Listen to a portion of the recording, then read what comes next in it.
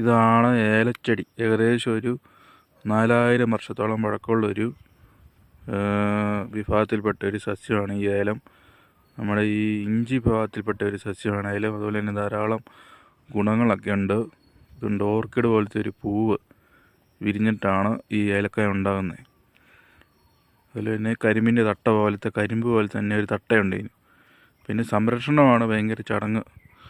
നമ്മളൊരു 30 ഡിഗ്രി മേളിലോട്ട് ചൂടൊക്കെ പോയി കഴിഞ്ഞാൽ ഇത് മൊത്തം ഇലയെല്ലാം പെട്ടെന്ന് വാടി കരിഞ്ഞ് ഉണങ്ങിപ്പോവും. ഈ സമയത്ത് ഒരു മാർച്ച് ഏപ്രിൽ സമയമാകുമ്പോൾ നമ്മൾ വെള്ളമൊക്കെ അടിച്ച് നല്ല രീതിയിൽ നിർത്തിയെങ്കിലേ നമുക്ക് നിലനിർത്തിക്കൊണ്ട് പോകാൻ പറ്റുള്ളൂ. ധാരാളം ഗുണങ്ങളുണ്ട്. ഒരു സുഗന്ധ വ്യഞ്ജനത്തിന് ഉപരിയായിട്ട് നമ്മളൊരു ഔഷധ സസ്യം കൂടെയാണ് ഈ ഏലം എന്ന് പറയുന്നത്.